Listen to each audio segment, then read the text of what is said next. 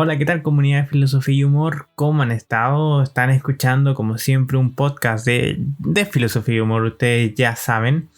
Y en el podcast de hoy día, que intento hacer un poco a la rápida, quiero contarles que vamos a hablar de las distintas ramas de la filosofía o podríamos decir las especialidades, derivaciones que tiene la filosofía, etc. Como siempre recuerdo, hoy día soy yo, Camilo Pino.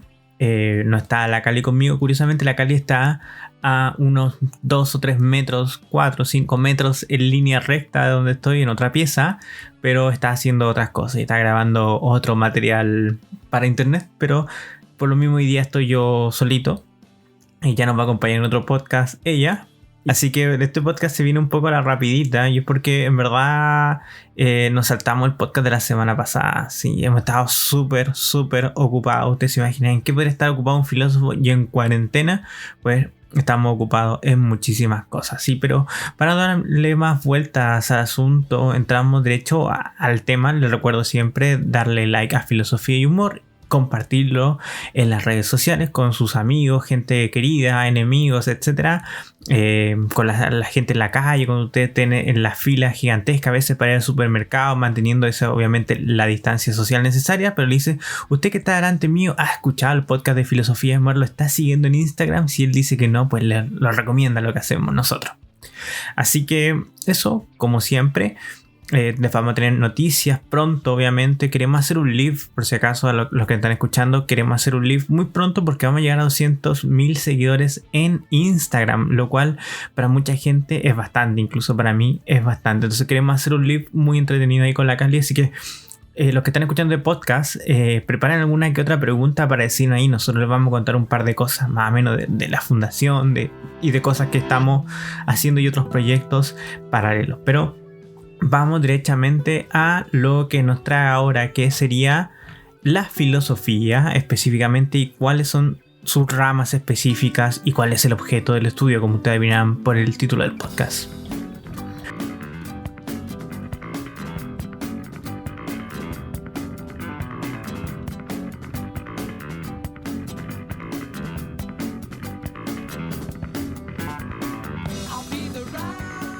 Primero que todo, voy a contarle un poco cuál es el objeto de la filosofía en sí. Esto es un tema bastante complicado porque distintos filósofos, ustedes ya se imaginarán, darán distintas versiones de cuál es el objeto de la filosofía. O sea, ¿de qué trata la filosofía?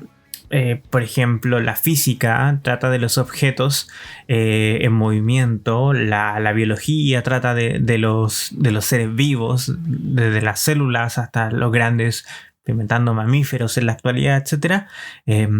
Y podríamos decir entonces la pregunta ya, pues entonces, ¿cuál es el objeto de estudio? ¿De qué trata la filosofía?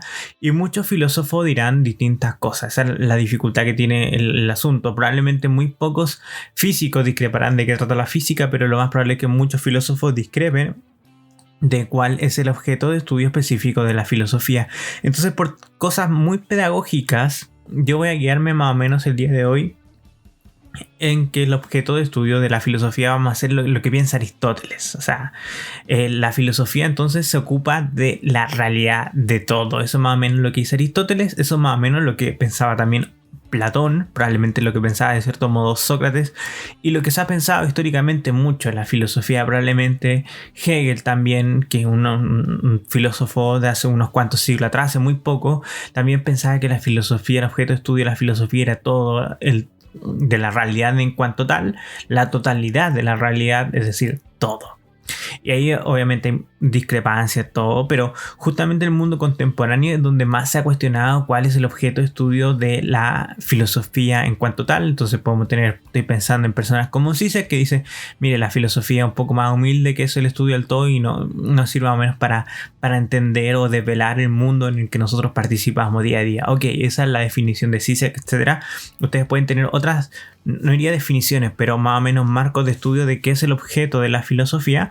Pero a mí me importa más o menos que hoy día salgamos con la idea esta que tiene Aristóteles de que la filosofía estudia la totalidad de la realidad. Si usted no está de acuerdo con eso o encuentra que otros pensadores contemporáneos, por ejemplo, piensan otra cosa, está muy bien, me parece perfecto, pero hay que entender que ellos lo dicen a raíz de esta tesis aristotélica, es decir, están contrariando un poco lo que dice Aristóteles. Entonces es fundamental entender esto, que lo que nos dice Aristóteles.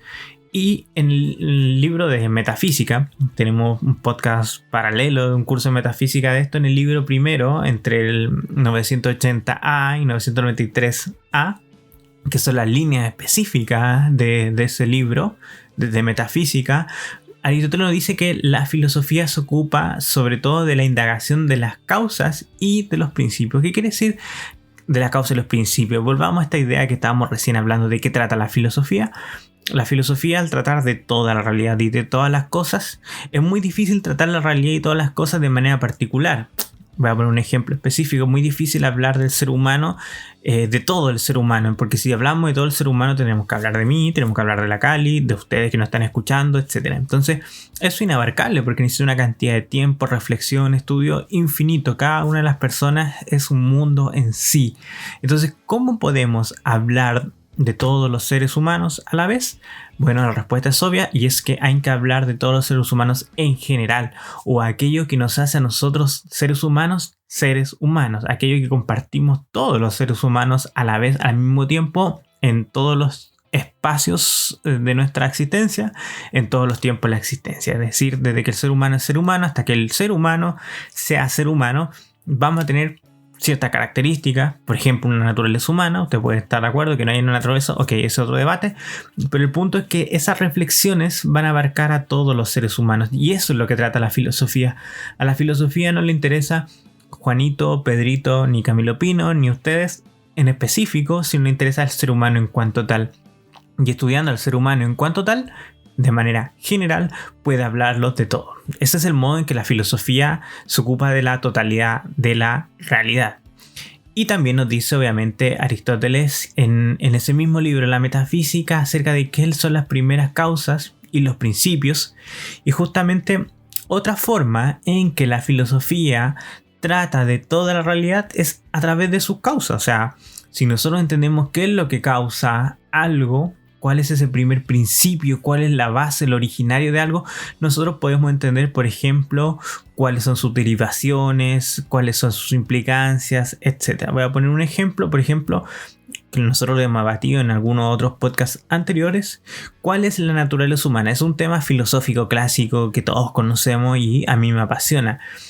¿Por qué? Porque si nosotros descubrimos cuál es la naturaleza humana, cuál es esa causa, cuál es lo originario, cuál es lo más básico del ser humano, cuál es lo principal o lo que lo empuja, podemos nosotros entender cómo vamos a organizar la política, cómo vamos a organizar la educación, cómo vamos a organizar la sociedad, etc. Entonces, la filosofía entiende al ser humano en cuanto tal, como objeto de estudio, entendiendo su causa, sus primeros principios.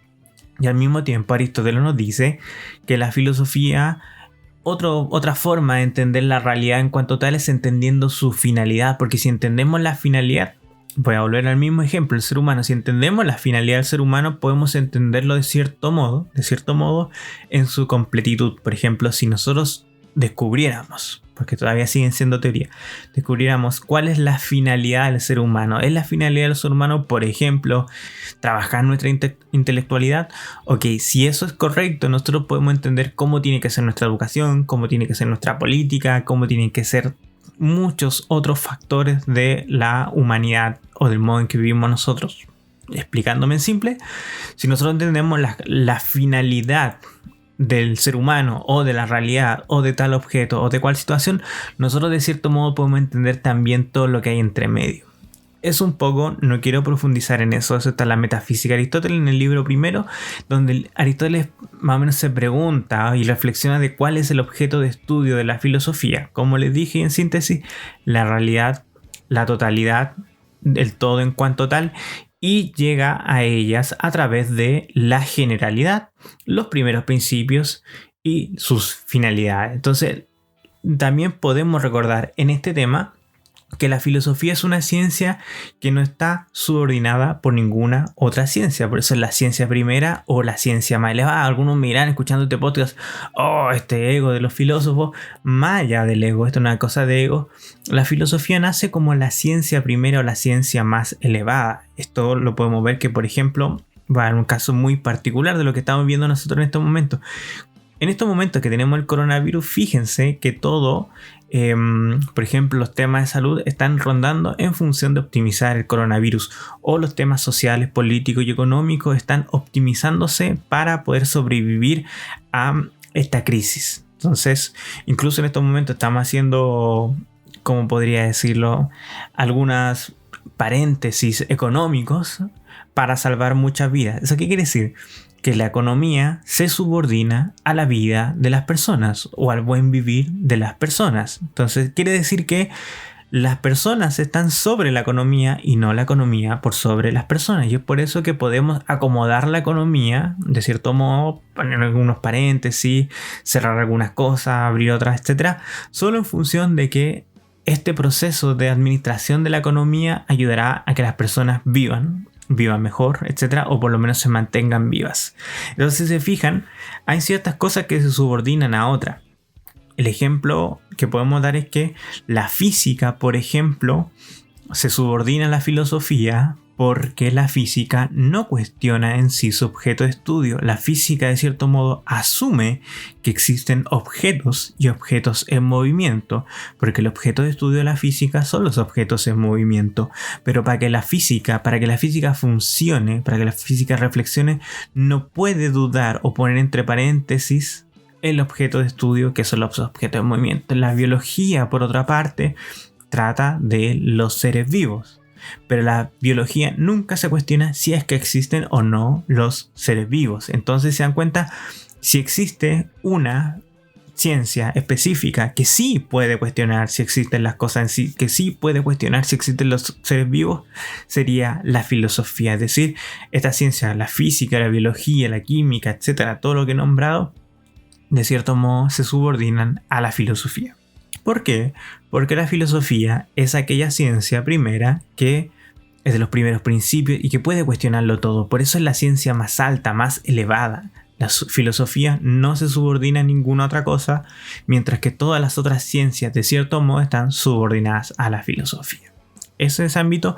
Y también recordar un poco que Aristóteles nos habla más o menos en su primera división de lo que es la filosofía, que vendrían a ser todas las ciencias para Aristóteles. Luego, y lo vamos a ir comentando, las ciencias se van dividiendo, pero Aristóteles hace una división entre lo que vendría a ser la filosofía primera y la filosofía segunda. Ustedes se preguntarán, ¿qué es la filosofía primera? La filosofía primera para Aristóteles es la metafísica, porque dentro de toda la filosofía parece haber una rama, una disciplina, una especialidad que se encarga de los objetos más elevados, que es la realidad en cuanto a realidad, es decir, qué es lo que es, qué es lo real, qué es lo que existe, qué es lo que es.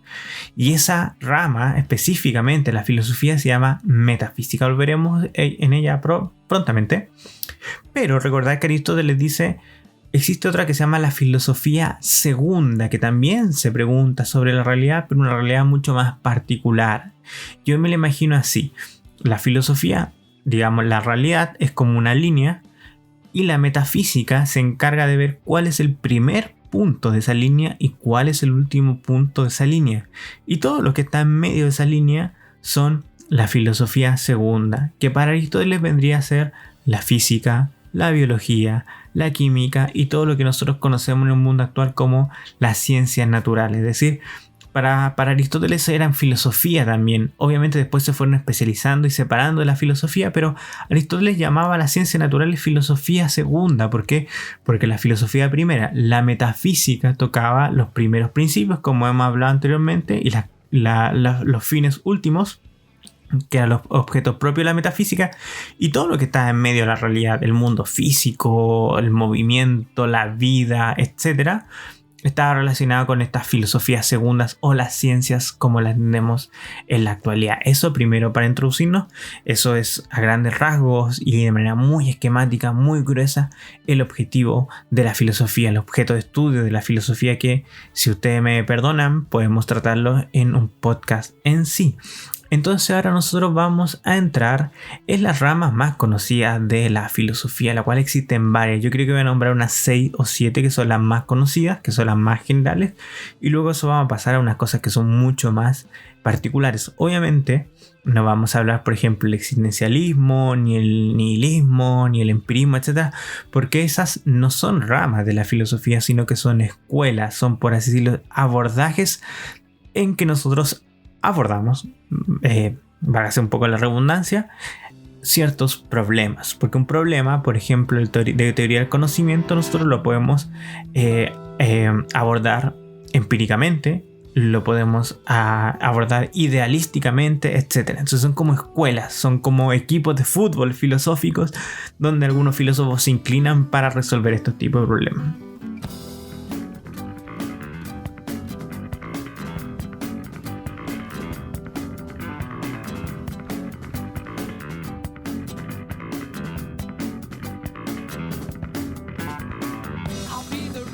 Entonces, como les contaba, ya dentro de la primera rama de la filosofía podemos tener entonces la metafísica, que es la rama de la filosofía que estudia la naturaleza, su estructura, sus componentes, sus principios fundamentales de la realidad. Entonces esto incluye la clarificación y la investigación de algunas de las nociones fundamentales con las que entendemos nosotros el mundo, como qué es la entidad, qué es el ente. Nunca se me ha hecho esa pregunta, ¿qué es un ente? Porque todas las cosas son entes, pero la pregunta ¿por qué? ¿Qué es un ente? ¿Por qué es un ente? Etcétera, es una pregunta metafísica, una pregunta muy abstracta y muy general de la realidad. ¿Qué es el ser? ¿Qué es la existencia? ¿Qué es un objeto? No un objeto particular, sino un objeto, que todas las cosas son objetos. Entonces, ¿qué es el objeto? ¿Qué son las propiedades? Es decir, cuáles son los predicados que damos a ese objeto, cuáles son esas cualidades, que sea uno, que sea, etcétera. Cuál es la relación, la causalidad e incluso el problema del tiempo y el espacio. Para muchos filósofos son preguntas de carácter metafísico. Dentro de la metafísica nosotros podemos distinguir la ontología, que es la parte de la metafísica, es como una subrama de la metafísica que se ocupa de investigar qué entidades existen y cuáles no, más allá de lo que podrían ser nuestras apariencias sensitivas. Entonces, la metafísica tiene dos temas principales. El primero es la ontología, de la que ya hemos hablado, que en palabras de Aristóteles es la ciencia que estudia el ser en cuanto tal. El ser en cuanto tal, onto viene del ser. Y el segundo, para Aristóteles, la teleología, que estudia los fines. Ojo, no es teología, es teleología, que estudia los fines como causa última de la realidad. Existe entonces, sin embargo, un debate que sigue aún hoy día sobre cuál es la definición del objeto de estudio de la metafísica y sobre si sus enunciados tienen propiedades cognoscitivas. O sea, en la actualidad, yo les soy sincero, el tema de la metafísica es un tema muy complejo, porque desde la modernidad para algunos la metafísica ya no es una parte de la filosofía, en el sentido de que ya no se puede hacer metafísica. Sus principios o condiciones desde Kant en adelante han sido profundamente cuestionados, pero por ejemplo en Heidegger hay una nueva reaparición de la metafísica y obviamente no es como que se olvidó.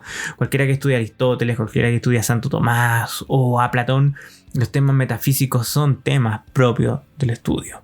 Entonces, como le dije, también hay escuelas filosóficas que se cierran a la posibilidad específica de que exista una metafísica y otras, por otra parte, se abren. Y dentro de la metafísica podemos distinguir la ontología y la teleología. Ante la pregunta de, y que probablemente ya pudieron atisbar, ¿qué filósofos se encargan de la metafísica? Como para dar unos consejos, si a usted le gusta este tema, que para algunos, y me incluyo, es la filosofía más elevada, la rama de la filosofía que es más filosofía, que es la filosofía en sí, la rama más elevada. Bueno, imaginarán que se trata de Platón, Aristóteles, San Agustín, Santo Tomás.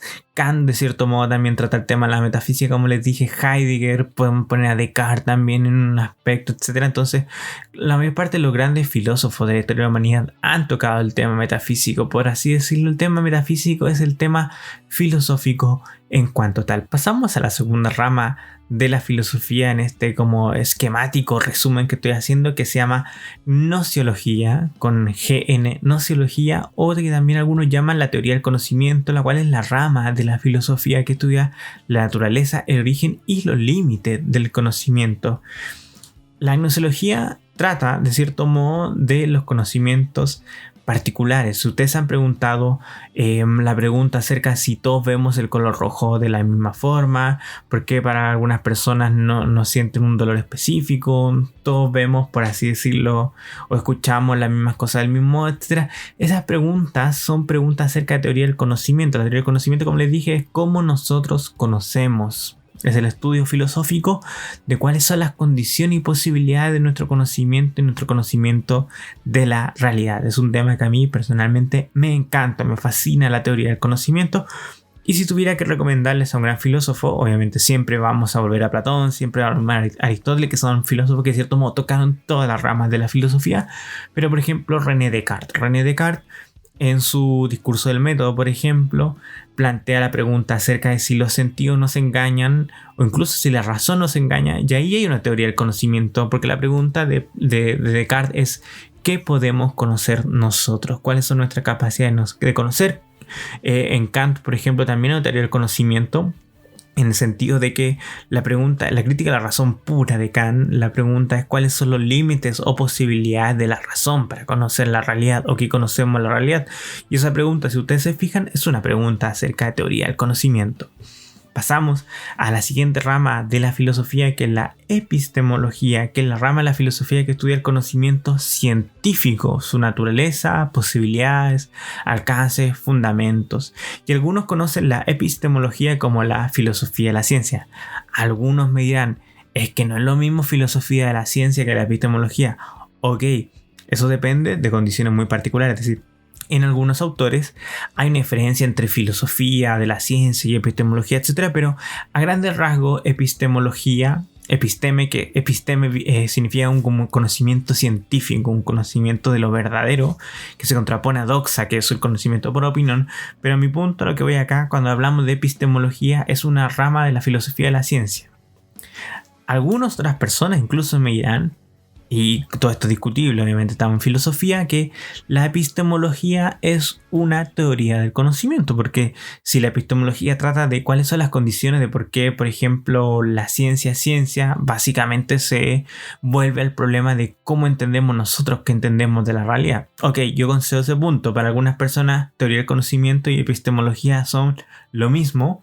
Y en el mundo anglosajón, teoría del conocimiento y epistemología realmente se usan como sinónimo. Entonces la epistemología estudia las circunstancias históricas, psicológicas y sociológicas que llevan a la obtención de un conocimiento científico y los criterios por los cuales se le justifica o invalida, así como la definición clara y precisa de los conceptos epistémicos más usuales, tales como qué es la verdad, qué es la objetividad, qué es la realidad, qué es la justificación, etc. Entonces, si queremos hilar un poco más fino, vemos que la epistemología es una especie de teoría del conocimiento científico, o sea, qué es la verdad, qué es la objetividad, etc.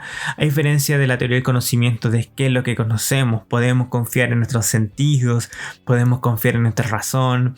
Viene del conocimiento racional y externo a la experiencia, un conocimiento que sea verdadero, absoluto, universal, etc. Podemos llegar a través de nuestro conocimiento. Esos temas, como le dije, lo que acabo de mencionar son de teoría del conocimiento, mientras cómo podemos saber que los experimentos científicos reflejan fidedignamente la realidad. Es verdad que un experimento científico se refiere a la realidad en todos los casos, o podemos encontrar un caso específico en un futuro indeterminable que contraríe el ejemplo científico que acabamos de dar, etc. Es una pregunta la que acabo de hacer de de filosofía de la ciencia, o conocida como epistemología. Si ustedes quieren entrarse en esta rama de la filosofía, les puedo recomendar a Karl Popper.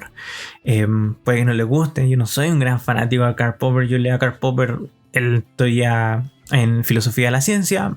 Su parte política no me agrada mucho. Aquí al gusto de ustedes. Tiene cosas muy buenas y cosas muy malas, pero muy malas en política. Léanlo. Y obviamente a Thomas Kuhn con todo el tema de las revoluciones científicas, que hace una filosofía de la ciencia.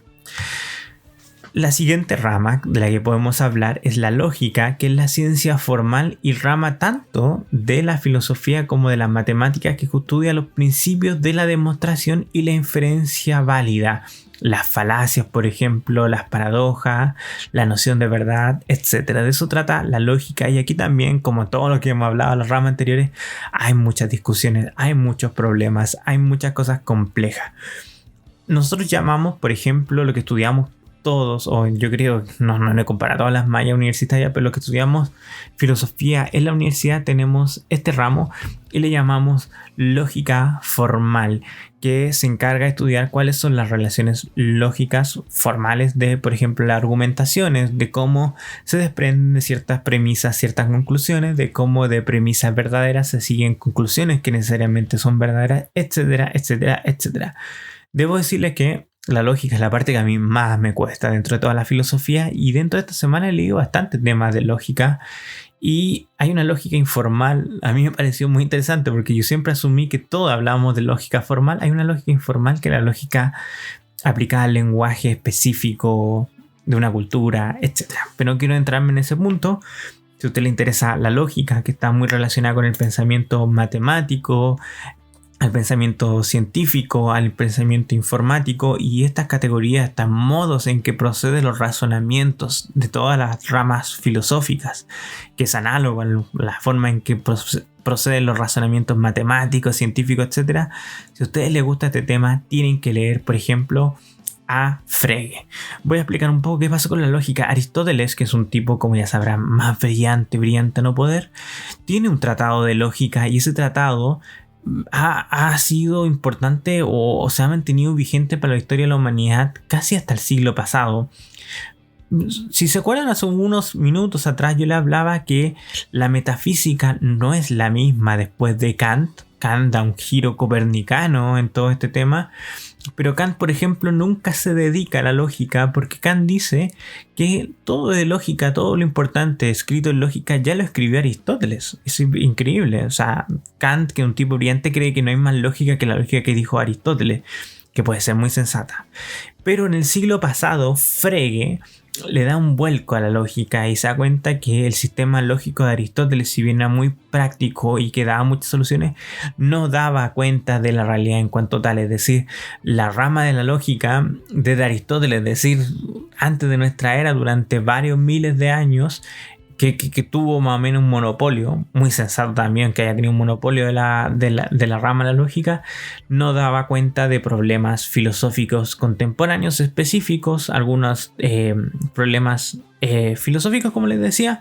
Frege es el nuevo Sugar Daddy de la lógica contemporánea, es decir, tenemos dos mundos de lógica, la lógica de Aristóteles y la lógica de Frege contemporánea, y de Frege para adelante usted puede leer a Bertrand Russell, a Ludwig Wittgenstein, a Kripke, etcétera, que son grandes lógicos. Es decir, la lógica en la actualidad ha dado grandes avances, estamos en un gran momento de la lógica como para que usted se meta. De hecho, la filosofía en la actualidad podemos dividirla en dos grandes grupos, que son los continentales, que es la filosofía francesa, alemana, etc. Y los analíticos, que es filosofía lógica, es filosofía analítica. En el ámbito de la lógica, una filosofía mucho más cercana a las ciencias y a las matemáticas. La siguiente línea filosófica o rama filosófica de la que podemos hablar es la ética o la filosofía moral, como algunos le dicen, que es la rama de la filosofía que estudia la conducta humana, lo correcto y lo incorrecto, lo bueno y lo malo, la moral, el buen vivir, la virtud, la felicidad, el deber, etcétera, etcétera, etcétera. Primero, contarles que existe una diferencia entre ética y moral. Hay muchos filósofos, como todas las otras líneas anteriores, que dicen, mire, esto es así, otro va a decir, no, esto es asá. Hay mucha discusión respecto a este tema, pero hay mucha gente que usa como sinónimo la palabra ética y moral. Y yo, por cosas pragmáticas, cosas pedagógicas, ahora les cuento, la moral, por ejemplo, son los actos buenos que cometemos, buenos o malos, etc. Como cruzar una abuelita que está coja, no sé, una abuela que está coja en un paso de cebra, ayudarla a cruzar. Es un acto que todos podríamos decir, mire, ese acto es bueno. Podríamos concluir que ese acto es bueno. Es un acto moral. Pero, por ejemplo, la pregunta de por qué ese acto es bueno, esa es una reflexión ética. Entonces nosotros podríamos decir que la ética es la ciencia reflexiva que se pregunta por qué ciertos actos son buenos o por qué ciertos actos son malos y todo lo que está entre medio, como los actos amorales. Es decir, no son sinónimo ética y moral. Moral es la evaluación que nosotros podemos hacer de nuestros actos diarios, de casi todos nuestros actos libres en el día a día. Y la ética es la reflexión filosófica de por qué esos actos específicos son buenos o malos. entienden esa división, ojo ahí, hay que tenerlo muy claro, no son sinónimos y mucha gente discute qué es lo que significa ética y moral. Les cuento también que obviamente en la antigüedad de la ética se desprendían casi literalmente la política y la economía, y podríamos llamarla a eso filosofía práctica. Práctica en el sentido más elástico posible, porque en la práctica si no hay nada práctico en la filosofía.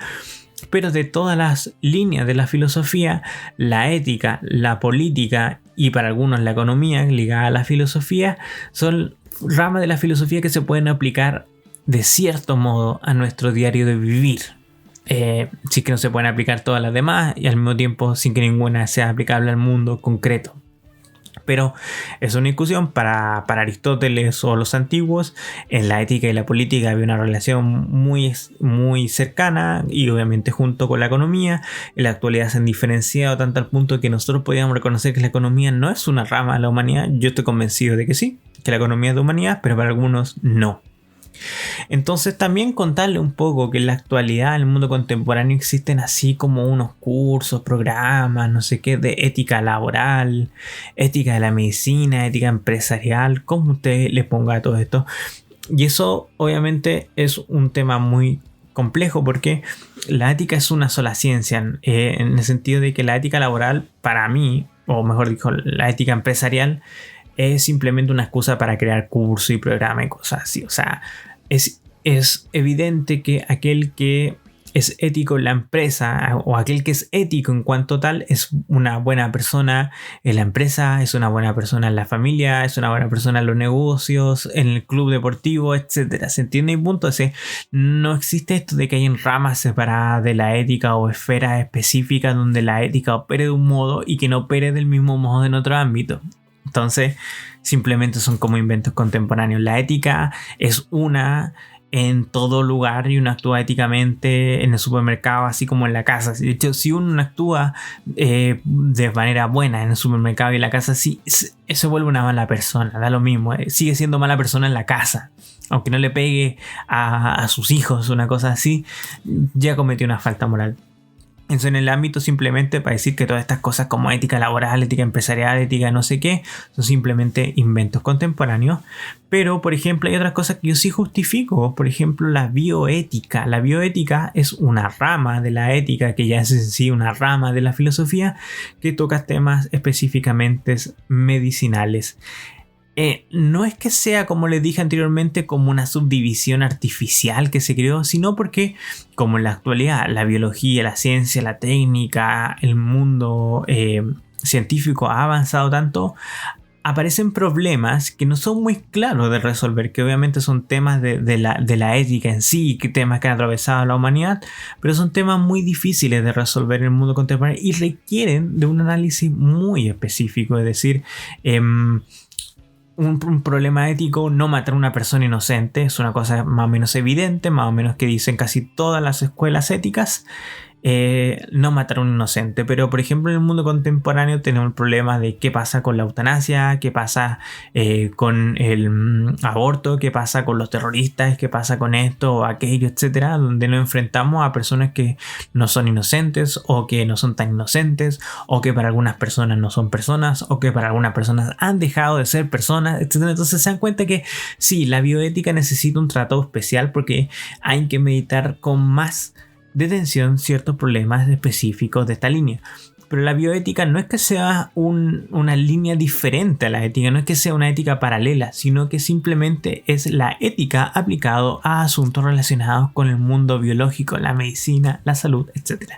Y para terminar un poco la rama de la ética, contarles que existen muchas escuelas éticas porque no hemos resuelto el problema de la ética. Entonces, como les contaba anteriormente, existen muchas escuelas de ética. Está la ética aristotélica, que también se conoce como la ética de las virtudes o la tradición central de la ética, porque las ideas éticas que tiene Aristóteles son de cierto modo las mismas ideas éticas que vio Platón, que son las mismas que vio Sócrates, y que al mismo tiempo son las mismas ideas éticas que va a tener de cierto modo, también entendiendo San Agustín, Santo Tomás y muchos otros filósofos a lo largo de la historia, incluso hasta el mundo contemporáneo con Alasdair MacIntyre, etc. Existen muchos aristotélicos. Y es una ética que ha sido la columna vertebral de Occidente durante varios miles de años, entonces no es como una cosa superada.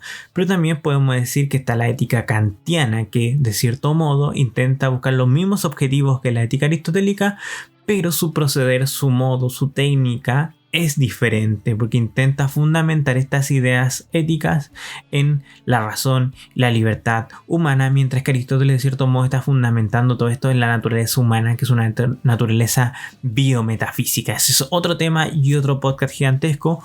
Pero también tenemos a Bentham, me parece, Jeremy Bentham, o a Stuart Mill con la ética utilitarista.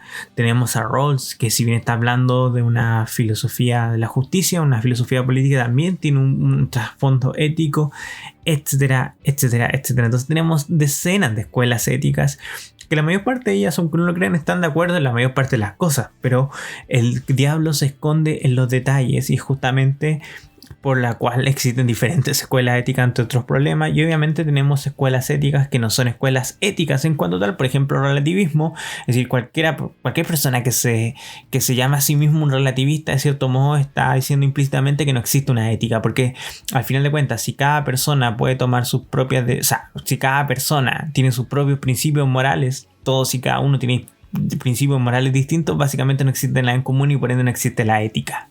O el nihilismo también, que es un rechazo a la ética tradicional. Entonces hay varias escuelas y todo eso.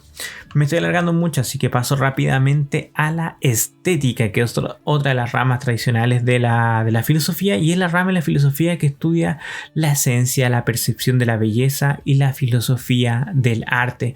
Algunos autores definen la estética de manera un poquito más amplia como el estudio de las experiencias estéticas y los juicios estéticos en general, y no solo los relativos a la belleza. Hay que tener cuidado con la palabra estética, o sea, la filosofía siempre ha reflexionado acerca del tema de la belleza, y eso ya está en Platón, por ejemplo, y aparecen muchos otros filósofos el problema de la belleza, el problema de la estética. Por ejemplo, sobre la poética de Aristóteles vuelve un poco el tema, etc. Pero recién en el mundo contemporáneo, hace pocos siglos podríamos decirlo, el tema de que hay una filosofía específica para la belleza, para la estética, ha tenido su fuerte.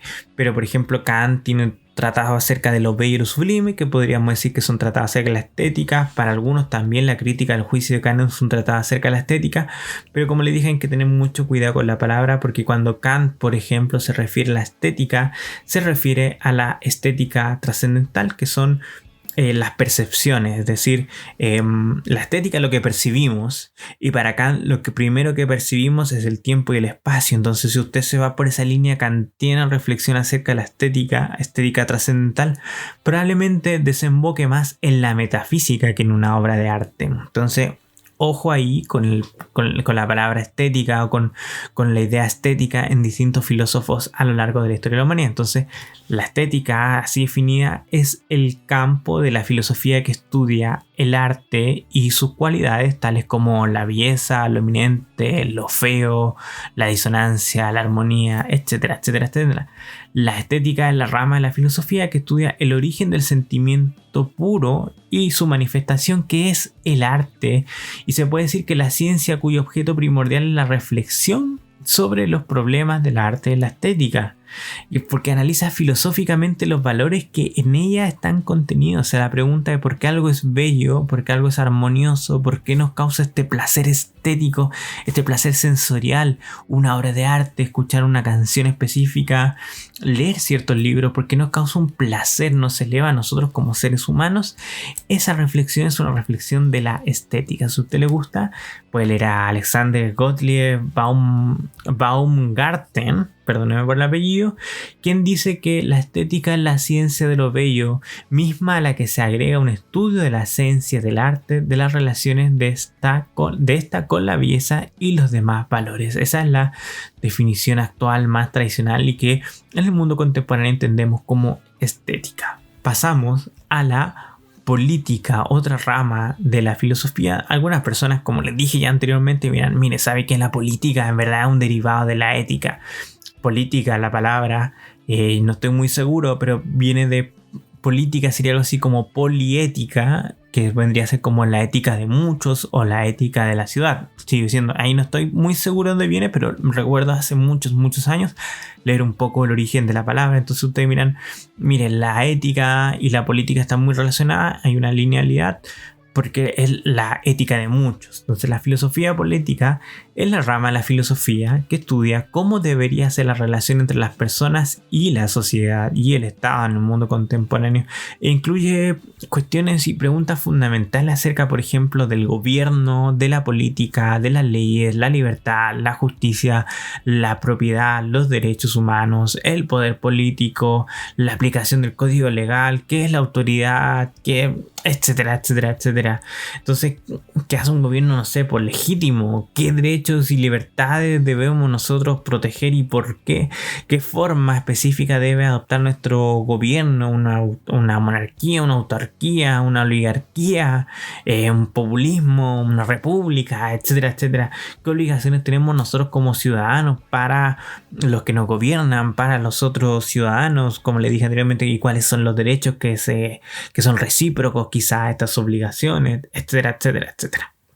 Entonces, acá quiero detenerme también un poco y decirles que también existe una ciencia política que investiga cómo fueron, cómo son y cómo serán los fenómenos políticos, mientras que la filosofía política se encarga de teorizar cómo deberían ser aquellos fenómenos políticos. Es una división también muy gruesa, muy a grandes rasgos, y si a usted le interesa el tema de la división de qué es la filosofía política, qué es la ciencia política o qué es la política, que muchas veces es el arte de ganar votos para ser reelegido, etcétera, son divisiones muy tenues pero también muy sustanciales. Hay un texto de Leo Strauss, no me acuerdo si ustedes ponen por ahí política o ciencia política o filosofía política de Leo Strauss, podrán encontrarlo con facilidad. En Aristóteles, cuando habla de política, nos dice que las demás ciencias se subordinan a la política. Yo la primera vez que leí eso lo encontré increíble, pero la actual, aberrante. En la actualidad cada día me parece mucho más sensato. Y por ejemplo, Aristóteles va diciendo que ciertas ciencias se van alineando a ciencias superiores, porque yo les decía al principio de este podcast que la física, la biología y todo ese tipo de ciencias van ordenándose a ciencias superiores, en este caso la filosofía en cuanto tal, y una de las ramas más importantes, la filosofía práctica, es la política, y las demás ciencias se ordenan a la política. Es decir, yo creo que está un momento muy interesante, aunque no se note, todo el tema del coronavirus, la salud, la economía se ordenan a la política. Es decir, la política parece que está sobre ellas y las ordena, las manda y las ordena. ¿Por qué? Porque, por ejemplo, la pregunta es, ya, vamos a poner esta hipótesis que la política es para vivir bien en sociedad. La pregunta acerca de cuándo o qué tan rápido vamos a salir o estar en cuarentena, cuándo se viene la vacuna, el coronavirus, etcétera, todas esas preguntas, si se fijan, no se ordenan necesariamente a la medicina, están relacionadas con la medicina, pero el fin último de esa pregunta es cómo ordenamos políticamente a la sociedad. La pregunta por la cuarentena no es solo una pregunta de la medicina, sino más que nada es una pregunta netamente política. ¿Deben o no abrir los comercios? Es una pregunta económica, pero es una pregunta económica que nosotros realizamos en vista a una pregunta, a una ciencia más grande, que es si se abren los comercios, ¿nos morimos o no nos morimos? Y si no abren los comercios, ¿nos morimos o no nos morimos porque no tenemos economía? Se entiende que todo ese problema es un problema más allá de la economía, sino es el problema de qué es lo necesario para que nosotros como seres humanos podamos vivir. Y la pregunta de ese vivir, y en especial ese vivir bien, es una pregunta política. No quiero enredarme ni profundizar más este tema, pero para que ojalá se note en estos pocos minutos que la mayor parte de las ciencias prácticas del día a día se ordenan a la política, así como las ciencias naturales se ordenan a la metafísica, en Aristóteles por lo menos, y a mí me parece muy sensato. Entonces algunos filósofos políticos muy influyentes, los cuales ustedes podrían leer, perdónenme, pero como yo me dedico un poco a este tema, les puedo recomendar a Thomas Hobbes, John Locke, Stuart Mill, Jeremy Bentham, James Mill, Montesquieu, Jean-Jacques Rousseau, Voltaire, Karl Marx, Friedrich Engels. Yo en la actualidad leo mucho filósofo político contemporáneo de alto calibre como Hannah Arendt, Leo Strauss, Eric Feiglin, etcétera, etcétera, etcétera. McIntyre también, den la vuelta a esos filósofos. Tenemos ahora la siguiente rama, la filosofía, es la filosofía del lenguaje, que es una rama de la filosofía que estudia, como ustedes habrán adivinado, el lenguaje en sus aspectos más generales y fundamentales, como la naturaleza, qué es el significado, qué es la referencia, y para entrar a Frege, a Russell, a Wittgenstein, cuál es la relación entre el lenguaje, el pensamiento y el mundo, el uso del lenguaje, que también se llama la pragmática, la interpretación, la posibilidad de la traducción de una idea, los límites del lenguaje, puede el lenguaje expresar nuestro mundo interior, puede el lenguaje expresar la realidad, podemos traducir toda la experiencia a algún concepto del lenguaje, podemos traducir los conceptos al lenguaje sencillo, existe una palabra, etcétera. Son muchos temas que yo lo encuentro fascinante. Debo contarles que la filosofía del lenguaje es una filosofía muy, muy reciente. Obviamente todo esto está en lo antiguo. Ya Platón se preguntaba en sus diálogos si las palabras hacían referencia a las cosas mismas o eran relativas, si cuando nosotros decimos el rueda se refiere efectivamente a la idea de rueda, etcétera. Eso en Platón. Ideas que de cierto modo no fueron profundamente trabajadas durante milenios, literalmente 2 milenios, pero el siglo pasado filósofos como Wittgenstein, trabajando sobre la lógica que vimos hace poco, dan el inicio a la filosofía del lenguaje, que es un problema específico en sí, y en él tenemos a Heidegger y tenemos un montón de filosofía contemporánea cuando pensamos por ejemplo en Deleuze, Guattari y todos estos tipos están realmente reflexionando, o sea, obviamente en postmodernismo, etcétera, pero están reflexionando muchas veces de una filosofía del lenguaje.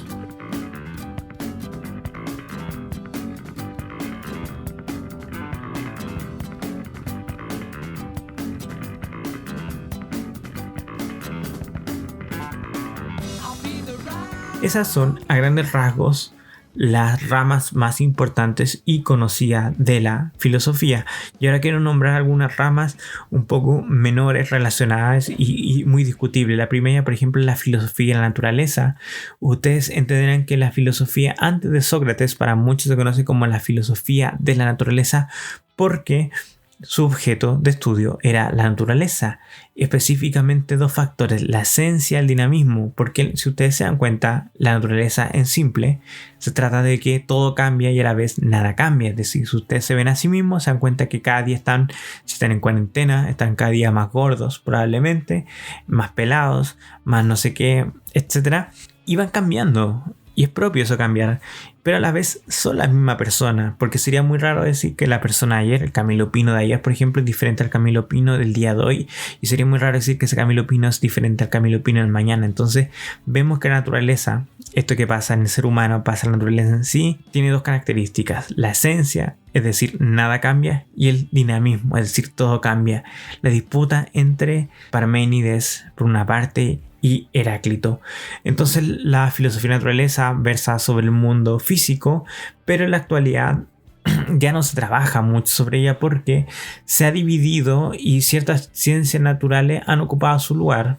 La física, la biología, la química, la geología, etcétera, vienen de ellas. De todos modos, problemas como el determinismo, la causalidad, el finalismo, el orden, la probabilidad, la especificidad de la vida, está todo determinado, está todo indeterminado, somos libres, no somos libres, de cierto modo es una filosofía de naturaleza porque la respuesta a esas preguntas es una respuesta acerca de cómo está ordenado o cómo funciona el mundo en sí, es una filosofía de naturaleza. La siguiente rama de la filosofía es la filosofía de la mente. La filosofía de la mente o filosofía del espíritu, porque la palabra espíritu es una palabra muy cara, porque puede implicar un trasfondo metafísico, incluso religioso, que a muchas personas les incomoda, entonces le dicen filosofía de la mente, así como para no jugársela con un trasfondo trascendental. es aquella rama de la filosofía que estudia, como dijimos, la mente, incluyendo, por ejemplo, las percepciones, las sensaciones, las emociones, la fantasía, los sueños, los pensamientos, las creencias, etc. Y uno de los problemas centrales de la disciplina es determinar qué hace que todos los elementos de esta lista que les acabo de comentar sean mentales y otros, por ejemplo, no. Que como, por ejemplo, el calor es algo que está en la naturaleza en sí, pero se percibe en la interioridad de una filosofía de la mente. Como por ejemplo la pena, que cuando nosotros vemos algo malo que pasa en la realidad, se puede transformar en algo de pena en el interior o tristeza en el interior nuestro. Eso es un poco el problema de lo que algunos llaman en la actualidad la qualia, pero no quiero profundizar en eso. Ustedes podrán decirme: oigan, pero la filosofía de la mente es básicamente teoría del conocimiento. Y de nuevo decirles: sí, básicamente es de la línea de la teoría del conocimiento, pero claro, son sus objetos de estudio más específicos, más delimitados, y por eso se crea una especie de pseudo rama de la filosofía en específico, pero está obviamente muy ligado a la teoría del conocimiento y por ende también está profundamente ligado a la epistemología o filosofía de la ciencia. Y por eso mismo hablamos de la filosofía de la ciencia, que la filosofía de la ciencia investiga el conocimiento científico y la práctica científica. Se ocupa, por ejemplo, de saber, entre muchas otras cosas, cómo se desarrolla, cómo cambia la ciencia, cómo cambian los paradigmas, cómo se evalúan las teorías científicas, cómo se reúnen las teorías científicas, etc. Sigo diciendo, para algunos filosofía de la ciencia y epistemología son lo mismo, y para algunos dirán no, tienen diferencias específicas, o más que nada no diferencias sino especializaciones aún más grandes. Así como la ontología es una especie de especialización de la metafísica, podríamos decir que la filosofía de la ciencia podría ser una especialización de la epistemología. Como les dije, eso queda a discusión de ustedes mismos y del filósofo que ustedes estén leyendo. Y sigue después de cerquita la filosofía de la religión. Obviamente no es religión en sí, no es teología, sino que es una rama de la filosofía que tiene por objeto el estudio de la religión y la espiritualidad como una manifestación humana, consciente y reflexiva sobre el sentido trascendental de nuestra propia existencia y del mundo en sí. Por eso incluye argumentos acerca de la naturaleza, acerca de la existencia de Dios, acerca del problema del mal, acerca de si existe el libre albedrío o existe el determinismo, si estamos determinados, cómo es la relación de Dios con el mundo. Dios es un relojero, Dios actúa en el mundo, a Dios no le interesamos, etcétera. Todas esas preguntas son filosofía de la religión, porque si se dan cuenta, no necesariamente hay que ser religioso para hacerse esa pregunta. O sea, la pregunta acerca de si existe Dios, y si la respuesta es negativa, es decir, no existe Dios, es una pregunta de filosofía de la ciencia, de filosofía de la religión. Y la persona que esté dando esa respuesta, si ustedes se acaban de dar cuenta, no necesariamente es un religioso, no necesariamente es un teólogo. La filosofía de la religión, debo decirles que a partir del siglo XIX ha tenido un auge bien fuerte, justamente por esto mismo, para decir, podemos hablar de la religión sin necesariamente ser religiosos. O sea, muchas veces los que se dedican a esto son profundamente religiosos, pero el punto es decir, vamos a hablar de la religión no necesariamente como personas religiosas, como teólogos, como sacerdotes, sino que vamos a hablar desde la filosofía, vamos a hacer una reflexión filosófica. ¿Qué es Dios? ¿Cuáles son las cualidades de Dios? ¿Qué debería tener Dios para ser Dios? ¿Qué es lo que caracteriza al Dios de las religiones? Etcétera, etcétera. Esas preguntas, como les dije, son de la filosofía de la religión y usted puede hacerlas siendo ateo, no pasa nada. Llegando más o menos ya al final de este podcast, quiero dejarles con algunas, podríamos decirle, líneas de la filosofía que antes estaban muy ligadas a la filosofía y que en la actualidad se han desligado de ella. Por ejemplo, la antropología, que para muchas personas que estudian filosofía en la universidad lo toman como curso, pero en la actualidad la antropología es una ciencia en sí misma que estudia cosas que ya están mucho más alejadas de los principios de la filosofía, lo general, lo abstracto, etcétera, las primeras causas, etcétera. Estudian los pueblos originarios, las culturas antiguas. Yo cuando me hago la idea de antropología pienso en esas ideas, pero la antropología históricamente estaba dentro de la filosofía y era parte de la filosofía, pero a medida que se fue especializando o se fue profundizando en la pregunta de qué es el ser humano, se fue dividiendo y separando como una escuela en sí misma. Lo mismo ocurre con la psicología, que en la actualidad es una carrera diferente, es una ciencia diferente, un submundo diferente, Pero, por ejemplo, cuando Platón dice que el alma reencarna, cuando Platón dice que el alma es capaz de contemplar las ideas, lo que está haciendo Platón ahí es una psicología. Y cuando Aristóteles plantea el hilemorfismo, la idea de materia y la forma, está haciendo también una relación con la psicología. Históricamente, por lo menos hasta antes de Freud, por así decirlo, la psicología era parte de la filosofía y no se distinguía. Se entendía quizás para algunos como psicología, pero no fue hasta principios del siglo XX en que la psicología tomó un rumbo específico.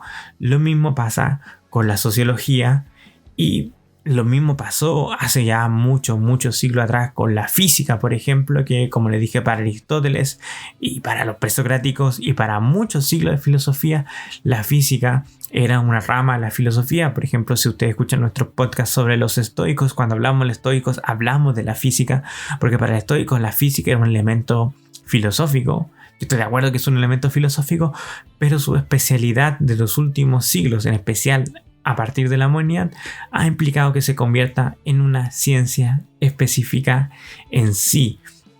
Le cuento como dato, y esto a mí me parece muy interesante. Muchas veces los psicólogos quieren explicar la realidad de la psicología, los sociólogos en especial quieren explicar y reducir todo a la sociología.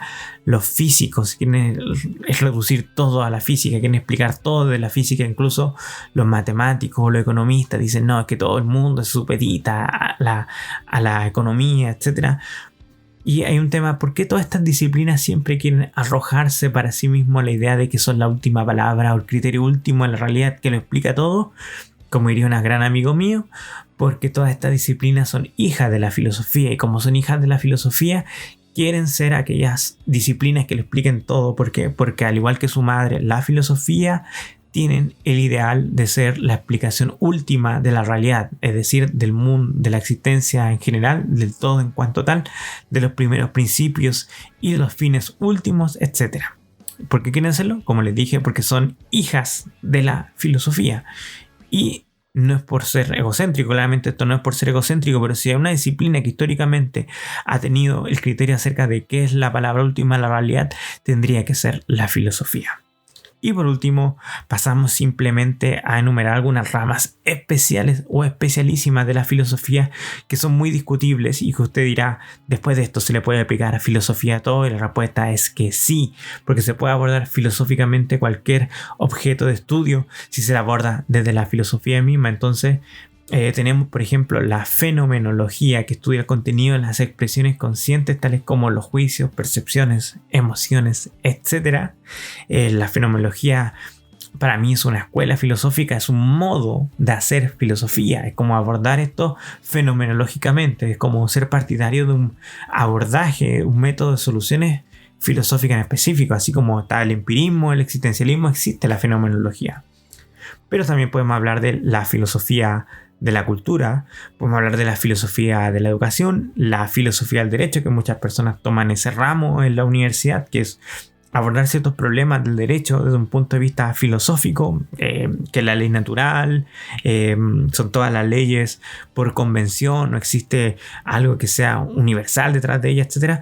Y si se fijan, la filosofía del derecho de cierto modo está supeditada, como habíamos, está ordenada a la filosofía política, y a la vez, de cierto modo, está supeditada a la ética, que a la vez de cierto modo está supeditada a la filosofía primera, que es la metafísica. Entonces, la filosofía del derecho no podríamos llamarla una línea específica de la filosofía en cuanto tal. Obviamente es un ramo y hay mucha gente que estudia, se especializa en esto, pero obviamente es una rama de otra rama de la filosofía. Entonces así también tenemos filosofía del medio ambiente, que en los últimos años ha dado mucho que hablar, obviamente por el cambio climático, etcétera, pero cuál es nuestra relación con los seres vivos, los animales, tienen derecho los animales, etcétera, etcétera. Ustedes se darán cuenta que la filosofía del medio ambiente dialoga o está supeditada a la filosofía del derecho, a la filosofía de la naturaleza, a la ética, a la filosofía política. Entonces, si se fijan, por eso es una rama de una rama de una rama, es decir, como un tema que se supedita a otras líneas de filosofía más generales que están hacia arriba. Filosofía de la historia, y esto es discutible porque para mí la filosofía de la historia es fundamental en la existencia humana y el gran problema filosófico contemporáneo. Me fascina la Cari también, yo sé que le gusta mucho la filosofía política, no la política sino la filosofía política. de nuevo volver a Strauss si quieren una diferencia específica. A mí me encanta la filosofía de las matemáticas, por ejemplo, cuando usted lee a Husserl, maestro de la fenomenología, el padre de la fenomenología de cierto modo. Husserl viene a la filosofía desde el mundo de las matemáticas, preguntándose acerca de cuál es la realidad ontológica, por ejemplo, de los números, que también serían los pitagóricos. Entonces esa pregunta, que también es metafísica de cierto modo, es una pregunta de filosofía de las matemáticas. Tenemos también filosofía feminista, que obviamente está supeditada a la filosofía política. Tenemos filosofía de la guerra, e incluso, ya para cerrar el podcast y despedirme, tenemos filosofía de la filosofía. Reflexionando.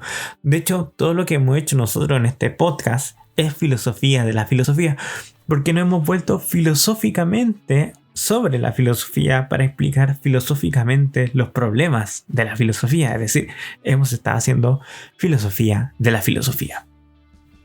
Entonces, amigos, me despido de este podcast que salió más largo de lo que pensaba, explicando las ramas, especificaciones, algunos problemas, incluso algunos autores para leer en cada una de las principales ramas de la filosofía. En la actualidad, quizás algunas desaparezcan con los siglos, quizás aparezcan otras nuevas, pero ustedes estén ahí leyendo filosofía. Como siempre, me despido dándole las gracias por todo su apoyo. Denle like en redes sociales, síganlo, compartan nuestro contenido. Besitos para todos ustedes, y les tenemos nuevas noticias próximamente y nuevo podcast.